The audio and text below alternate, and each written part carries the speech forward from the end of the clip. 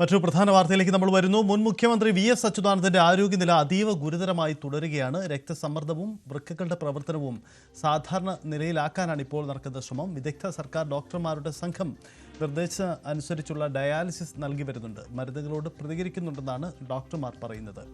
രാവിലെ medical board ചേർന്ന് ആരോഗ്യസ്ഥിതി വിലയിരുത്തും. കടുത്ത ഹൃദയാഘാതത്തെ തുടർന്ന് 10 ദിവസം മുമ്പാണ് വി.എസിനെ തിരുവനന്തപുരത്തെ SUT ആശുപത്രിയിൽ പ്രവേശിപ്പിച്ചത്. എന്തായാലും അദ്ദേഹത്തിൻ്റെ ആരോഗ്യനില അതീവ ഗുരുതരമായി തന്നെ തുടരുകയാണ്. ഇത് സംബന്ധിച്ച് ഡോക്ടർമാർ പല വിധത്തിലുള്ള പല സംഘങ്ങളായി തിരിഞ്ഞുകൊണ്ടുള്ള വിദഗ്ധ സംഘമാണ് ഇപ്പോൾ പരിശോധിക്കുന്നത്. സർക്കാർ ഡോക്ടർമാരുടെ സംഘം സർക്കാർ നിർദ്ദേശമനുസരിച്ച് അദ്ദേഹത്തിൻ്റെ ആരോഗ്യനില വിലയിരുത്തി വരികയാണ്. മെഡിക്കൽ ബോർഡ് യോഗം ഇന്ന് രാവിലെ നടക്കുന്നുണ്ട്. അതിനുശേഷം 11 മണിക്ക് ശേഷം അല്പസമയത്തിനുള്ളിൽ തന്നെ ഒരു മെഡിക്കൽ ബുള്ളറ്റിൻ പുറത്തിറങ്ങിയേക്കും. ആരോഗ്യനില സംബന്ധിച്ച കൃത്യമായ സൂചനകൾ അതിലുണ്ടാകുമെന്നാണ് പ്രതീക്ഷിക്കുന്നത്.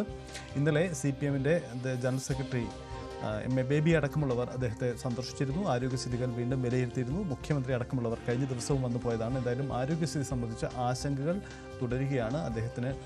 ആരോഗ്യസ്ഥിതി അദ്ദേഹത്തിൻ്റെ ജീവൻ നിലനിർത്തുന്നത് തന്നെ വലിയ തരത്തിലുള്ള ആരോഗ്യ സംവിധാനങ്ങളുടെ ഉറപ്പിലാണ്. ഇപ്പോൾ അദ്ദേഹം മരുന്നുകളോട് പ്രതികരിക്കുന്നുണ്ട് എന്നതാണ്, ആശാവഹമായ ചില സ്ഥിതികളുണ്ട് എന്നതാണ് ഡോക്ടർമാർ നൽകുന്ന സൂചനകൾ.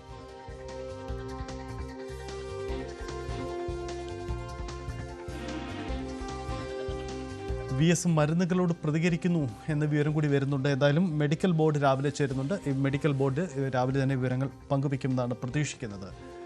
അരുൺ നമുക്കിപ്പം ചേരുന്നു. അരുൺ, മെഡിക്കൽ ബോർഡ് യോഗം ആരംഭിച്ചിട്ടുണ്ടോ? എപ്പോഴേക്കൊരു മെഡിക്കൽ ബുള്ളറ്റിൻ നമുക്ക് പ്രതീക്ഷിക്കാം?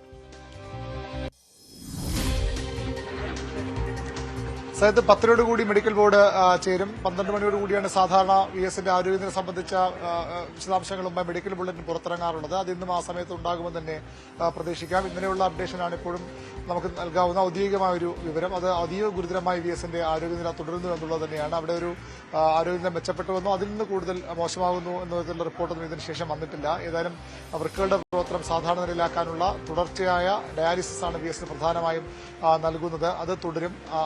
അതിലൂടെ ആരോഗ്യനില മെച്ചപ്പെടുത്താൻ കഴിയുമെന്ന പ്രതീക്ഷയാണ് ആരോഗ്യ സംഘത്തിനുള്ളത്. മെഡിക്കൽ കോളേജ് ആശുപത്രിയിലെ 7 പേരടങ്ങുന്ന വിദഗ്ധ സംഘത്തിന്റെ മേൽനോട്ടത്തിലാണ് SUT ആശുപത്രി ഡോക്ടർമാർ അദ്ദേഹം ചികിത്സ മുന്നോട്ട് കൊണ്ടുപോകുന്നത്.